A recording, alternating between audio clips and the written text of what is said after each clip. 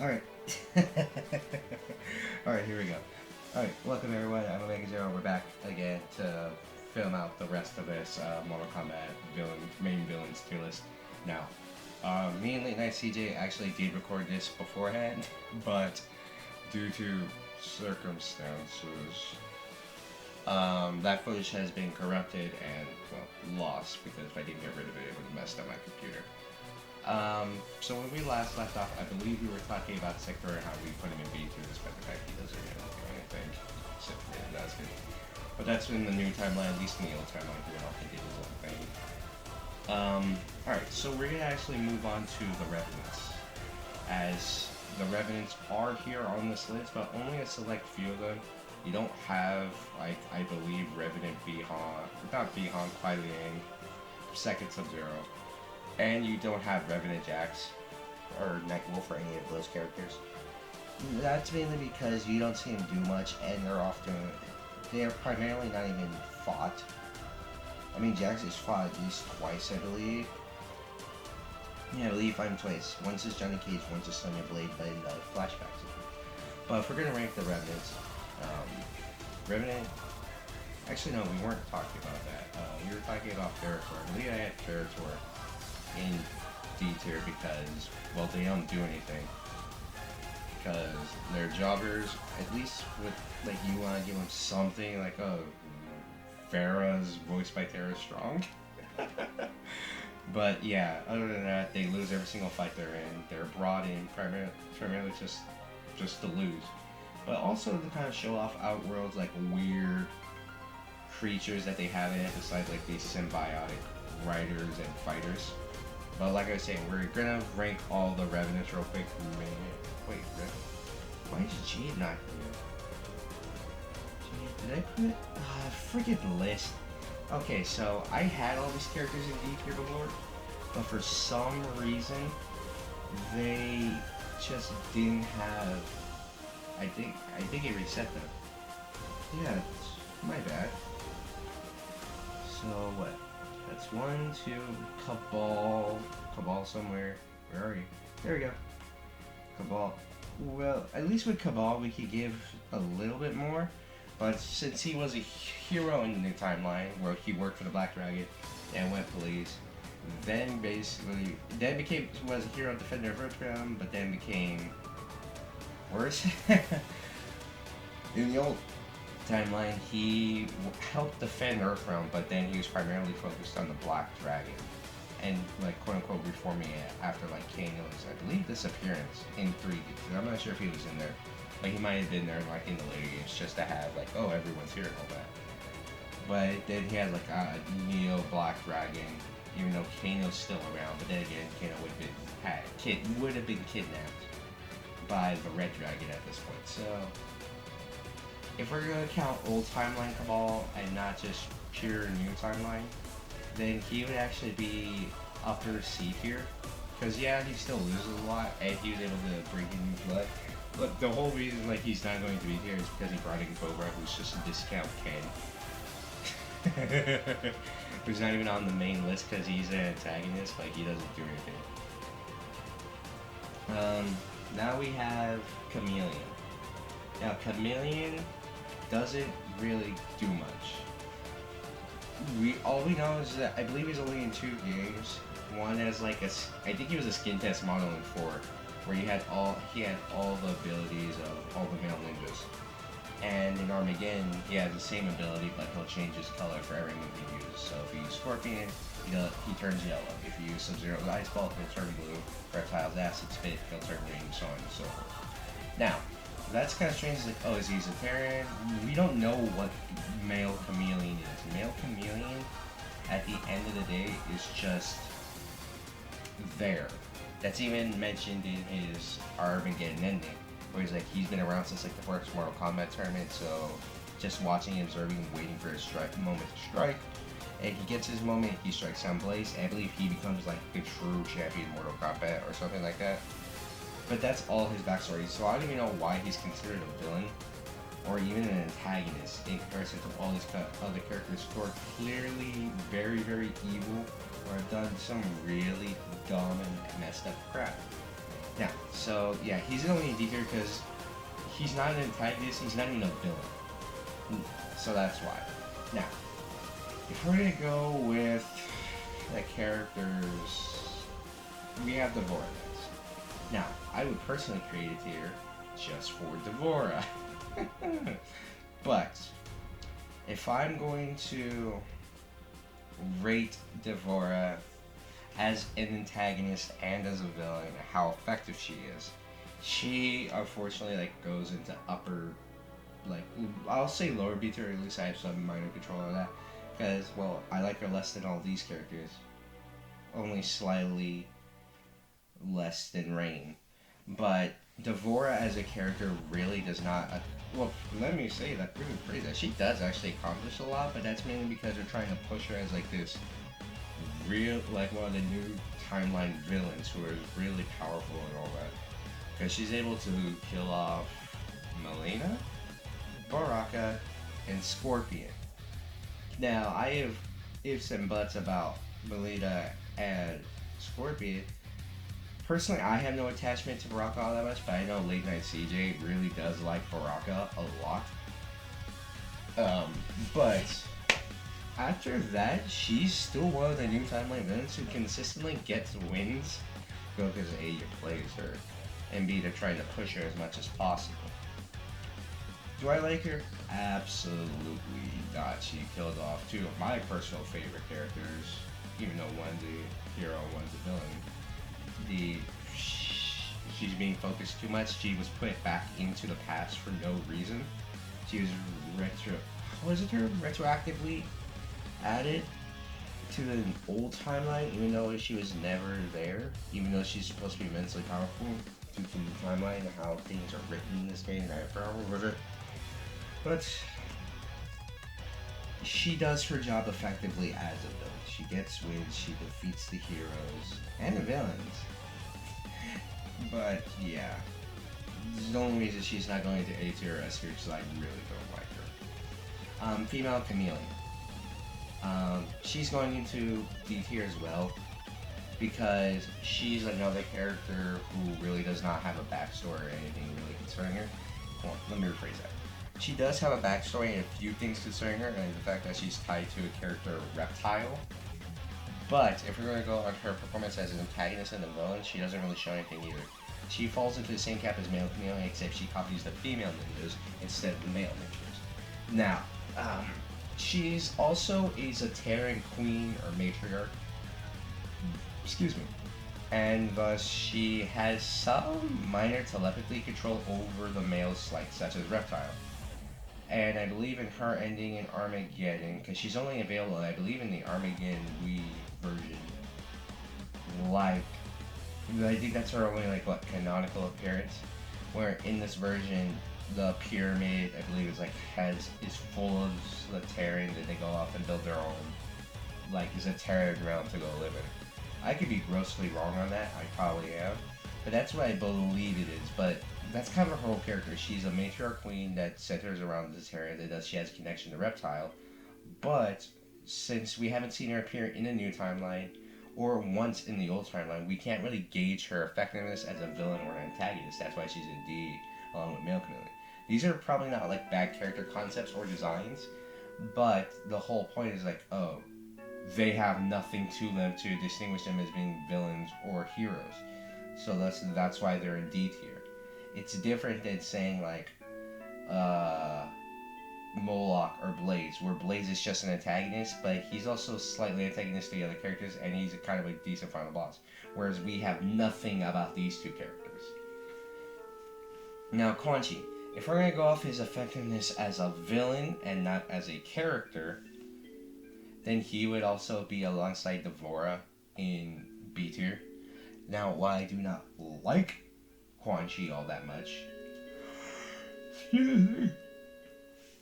because all he does is just steal other characters' thunders in this in the new timeline, he's perfectly serviceable. He constantly gets his face kicked in, and his other area stomped in, but the whole reason why I don't personally like Quan Chi kind of ties back to the fact that he steals other characters' ideas.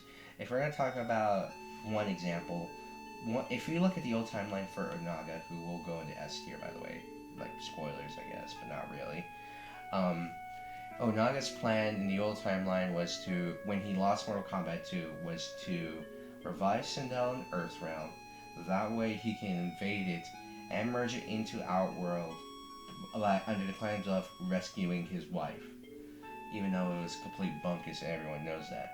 And that was the whole point. But in the new timeline, Quan Chi, this pale looking mother effort, he's the whole reason. He thinks it up. The whole necromancy plan is his plan was to get captured by special forces and being revived in Earthrealm so he can get them behind him. So he can sneak Shinnok in, which is bunkus, so he gave his life for that. It's just like he constantly fails, and he almost always ends up winning because he's supposed to be this master manipulator and all that. Whereas it's supposed to be all these other characters whose plans he's kind of, and Thunder he's stealing at the end of the day. Now, yeah, as like I said, that's the only reason he's in B is because of the new timeline. Well, I would put him lower because he's also a freaking idiot. You know what? I am actually. He's going to not. No, he's not going in D. He will at least be in upper C tier because he's an idiot in the old timeline too. Because he deliberately reveals himself as the person and the reason why Scorpion is kind of the way he is. Well, he didn't kill Scorpion. That honor goes to OG Sub-Zero Bi-Han, and thus the whole reason why Scorpion's dead, because if Mortal Kombat mythologies, you had a chance to kill Scorpion, and canonically Bi-Han does kill him. But we're getting off topic with that. In his ending with Sub-Zero, Scorpion defeats Kuai Liang, the second Sub-Zero, and when Sub-Zero said, like, my family clan's been avenged, like, I am not the one who did it, neither did my brothers. Like, who did it then? Quan Chi, unprompted, out of nowhere, says, I'm the one who did it. I'm the one who killed your family clan. What you gonna do about it? I'm gonna send you back down to hell. And then Scorpion says no, and then they teleport back together on this single plane from, like, Mortal Kombat 3. And thus, like, what's the point? Like, Quan Chi deliberately did this to what? Just for brownie points to rub it in Scorpion's face? And due to that, he's also ended up being chased down for years, relying on the... I don't want to say he's a soul stone or soul monolith, because if you play Deception, you have to find one for Ermac. And then those are down in the Netherrealm for magic beings. Because even though Quan Chi's a demon, he's still, like, he's a magical being in a sense that he can use magic, and thus being in the Netherrealm actually weakens him. But, moving on from the dumbest mother effer in Mortal Kombat, we have Scarlet. Scarlet's in the same vein as Ermac, being a programming error, apparently, to where they said, oh, arrow macro for Ermac, and that's why the whole reason why he was, created, because he was created from like a code that they would get that would display Scorpion, I believe, is red. The same thing is for Scarlet, except it would have the katana. Now, her backstory being changed from 9 to 10, where she was a construct created by Shao Kahn in 9, and not 10, 11, where she was an orphan from, she was just a street urchin, an orphan. Now, that already causes problems, but due to the way that MK11 was written,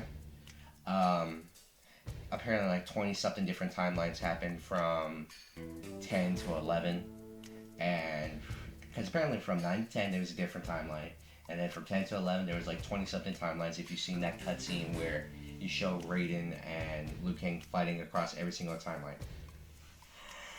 Yeah. That could have been said that it was just, those could have came beforehand, but since the creators said, oh, there's been a bunch of different timelines, and that's why each character's design is like slightly different from game to game. Just like, ugh. But anyways, Scarlet as an antagonist, not concerning really her backstory, is gonna go into C tier. Because as an antagonist, she's only DLC in 9. And while she's effective and like the whole point of her creation is like to get blood on her, so that way she becomes more powerful. She doesn't really do anything in the new timeline other than torturing Jade. Yeah.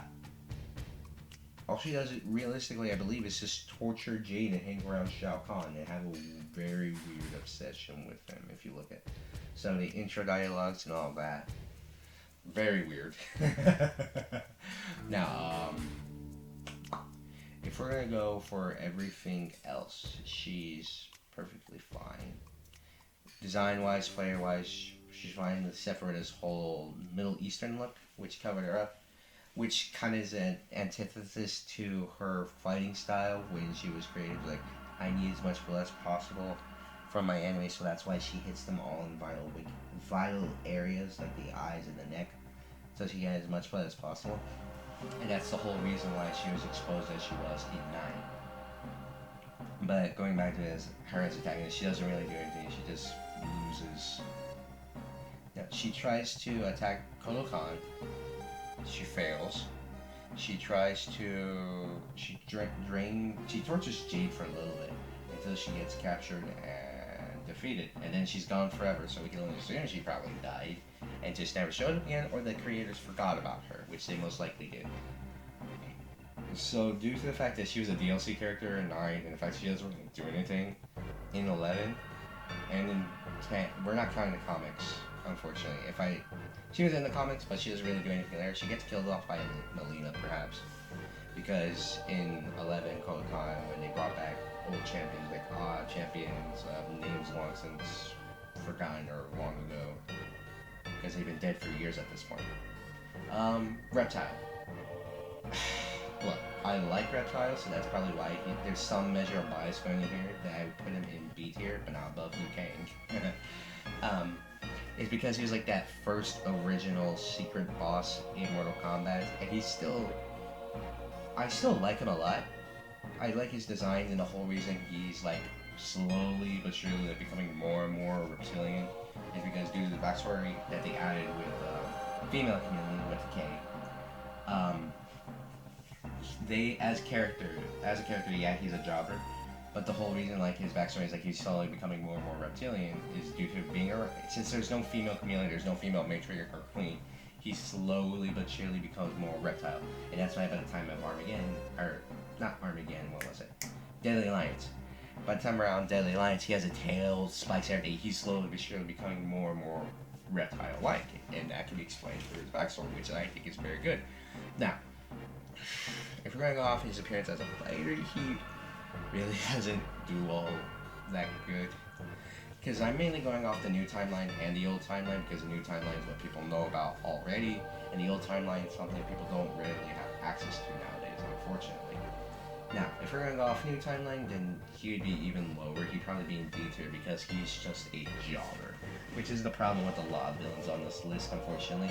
They job out to the heroes because due to Devorah's story writing, the story chapters have characters winning constantly, like they cannot lose in their story chapter.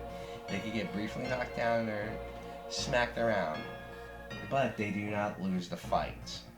Like, I don't think there was any fight in story mode where the characters win and then they just immediately quote-unquote lose unless it was in a cutscene. Like, again, why is Remnant Kung Lao not on this list? I think the guy on this list explained it. The one? Okay, but, yeah. These characters, Reverend Kung Lao was on those, but Kung Lao was defeated, but that was only because Shao Kahn snuck up behind him and snapped his neck. If Kung Lao kept his hat on, he wouldn't have died. Because how would he snap his neck? How did Raiden them not see Shao Kahn walking up behind him and snap his neck, by the way? Anyways, I'm getting off the topic of Reptile. Yeah, he's a jobber in the new timeline, but due to his design and backstory, and the fact that he's somewhat effective in the old timeline, being that he primarily just sneaks around and does assassination attempts for like Shao Kahn and Shang Tsung, it's the whole reason why he's kind of just staying in upper B tier along with his back, like again, I keep saying this, his backstory. Gears.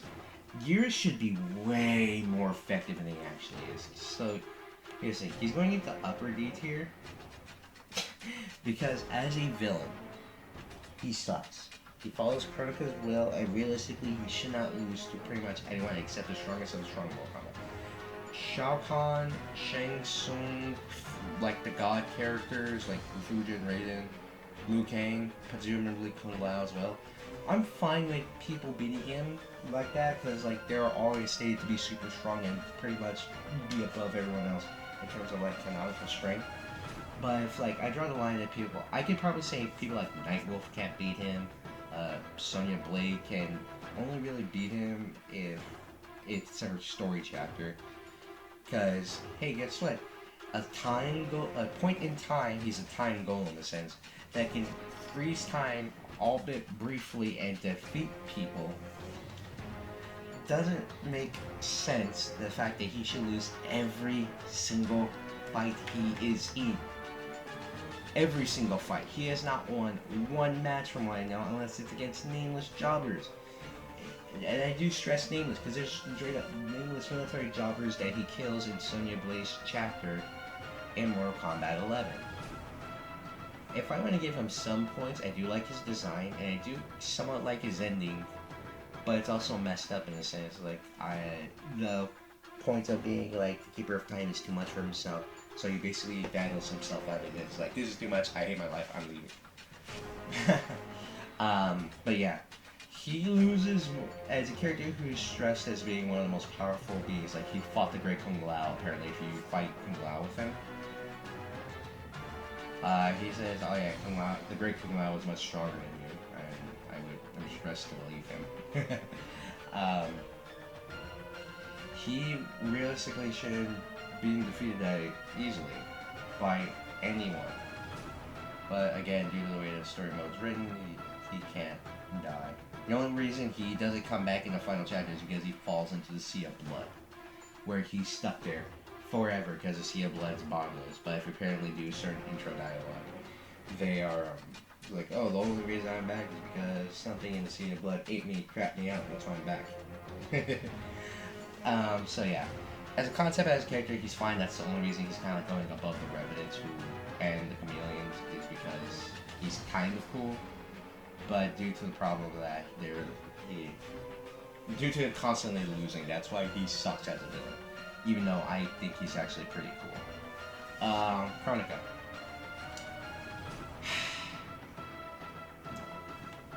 I'm gonna throw pretense and writing all the way to the ring. Because due to the way that Mortal Kombat 11's story is written and told, Kronika has effectively turned the whole series from fighting and defending Earthrealm from foreign invaders and threats into a story about time travel. Now, time travel as a concept and as a plot is already messed up and hard to believe, because it's like, oh, we don't know exactly what time travel does, yada yada yada, and that's why it's so difficult. If I was to give an example, let's look at something like Fire Emblem Awakening, because I just did tier list on that. In Fire Emblem Awakening, the future children come back to the past to try to change the future, knowing full well that they may not exist at the end of the day as long as they have a better future. Now, they go back to the past, they change some things, and they figure out history tries to correct itself in some form or fashion.